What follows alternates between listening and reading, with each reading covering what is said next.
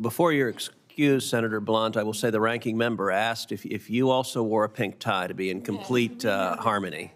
Sort of pink. Yeah. Almost coordinated with the group. I'm impressed by the coordination of the group myself.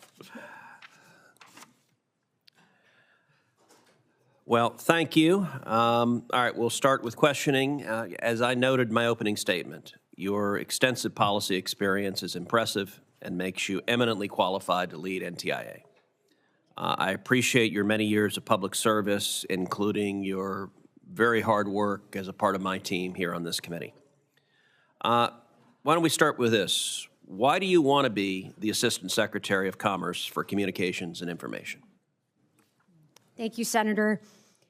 Expanding access to communications and technology is extremely meaningful work. It's lifted people out of poverty, it's fostered innovation, it's expanded opportunities for speech and information.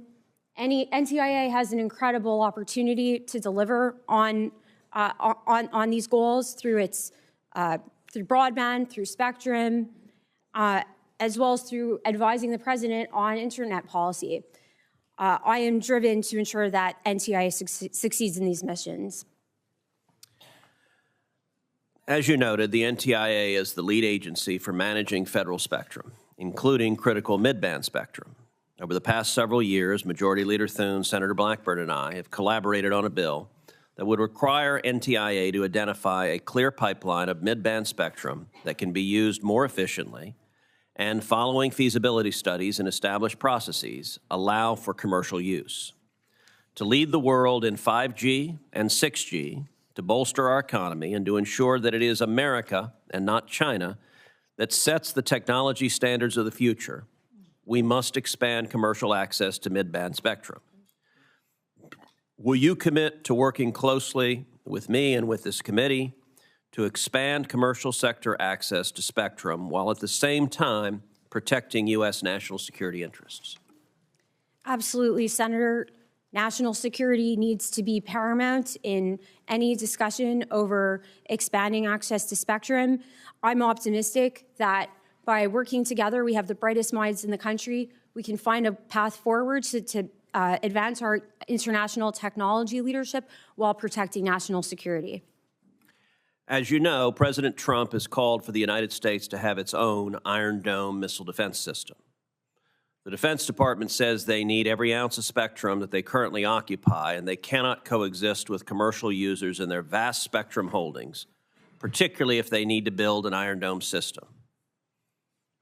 What is your judgment? Can DoD build an Iron Dome and coexist with commercial spectrum users? Thank you, Senator. First, at the outset, I thank God for the Iron Dome system. I have family in Israel, and it's saved their lives. So I would never do anything to jeopardize our ability to develop such a system here at home. And I am optimistic that by working together, we have some of the brightest minds of this country working on spectrum, working on feasibility studies, that we can find a way forward and have such a system at home without endangering national security. As you know, NTIA administers the BEAD program, a $42 billion broadband deployment program authorized by Congress under the Infrastructure Investment and Jobs Act. During the last administration, NTIA saddled BEAD with a variety of extraneous and burdensome requirements. As a result, after nearly 4 years, not a single American household has been connected to the internet. In a departing screed to his colleagues, Biden's head of BEAD claimed that climate, labor, and other requirements, quote, were inserted by the prior administration for messaging political purposes and were never central to the mission of the program. I agree, they were never central to the mission.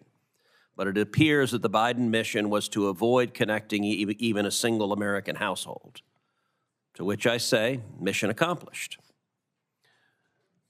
That's over now.